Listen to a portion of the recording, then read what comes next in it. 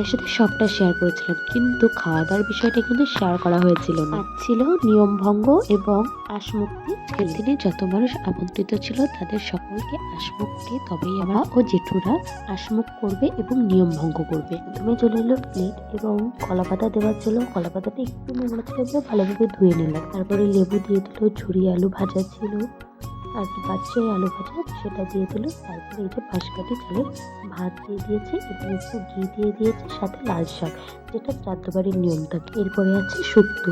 রান্নাগুলো এত ভালো হয়েছে, এডিট করছে মানে জিভে জল চলে আসছে, মনে হচ্ছে আবারও যদি পেতাম খেতে তাহলে মনে আরও একবার খেতাম, এরকম একটা বিষয়। আমি আমার দিদিদের সাথে খেতে বসেছিলাম আর ও দেখো খাচ্ছে, অন্যদিকে তাকিয়ে রয়েছে, গল্প করছে, পাশে বৌদি রয়েছে।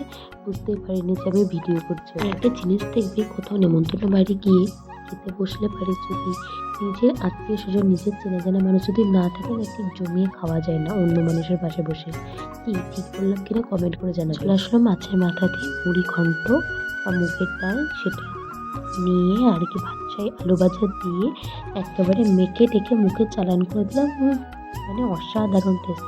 আর আমার জামাইবাবু দেখে একেবারে কবজি ডুবিয়ে খাচ্ছে, দেখেই মনে হচ্ছে যে না খেয়ে। বাঙালি বস, খাওয়ার সময় কোনো কথা হবে না, খাওয়ানোর কোনো কম্প্রোমাইজ হবে না। এরপরে চলে আসলো এঁচোড় চিংড়ি। আমি খুঁজে খুঁজে বার করতে চাইছিলাম যে চিংড়ি কোথায় আর এঁচোড়টা কোথায়। তো যাই হোক, আমার কপালে চিংড়িটা নেই, এঁচোড়টাই বেশি। তো খানিকটা খেয়ে সাইড করে রাখলাম। ওটাও ভালো হয়েছে। এদিকে ওদিকে তাকিয়ে উকি মেরে দেখে নিচ্ছিলাম যে কে কেমন খাচ্ছিল, সেটাই তোমাদের ভিডিওর মাধ্যমে দেখালাম। এদিক ওদিক তাকাতে তাকাতেই পাবদা মাছ মনে মনে হচ্ছিল আরও একটা পেলে ভালো হতো, কিন্তু আর দিল না, কি আর করা যাবে, তাকিয়ে সন্তুষ্ট থাকলাম। তারপরে চলে আসলো কাতলা কালিয়া। কাতলা কালিয়া খেয়ে জামাইবাবু তো সেই হাসি মুখ, মানে এতটাই ভালো হয়েছে রান্না, জামাইবাবুর মুখে আর হাসি ধরছে না কাতলা মাছ খেয়ে।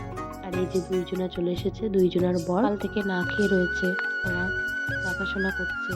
জামাই বলে কথা বলতেও পারছে না, তো সেখানে বউদের আর কি মায়া হলো দেখে আগে আগে খেয়ে নিচ্ছে। বড়দের তার জন্য ডাকলাম খানিকটা খাইয়ে দেওয়ার জন্য। এই যে আর চলি দেখাশোনার জন্য দুই জামাইকে বলা হয়েছে, তো সেই কারণে তারা এখনো মানে খাওয়ার সময় পায়নি, তারা একটু তদারকি করছে দেখাশোনা। তারপরে চাটনি, পাঁপড়, দই, মিষ্টি স্বাভাবিকভাবে যেটা আর কি হয় সেটাই আর কি দিয়ে দিল।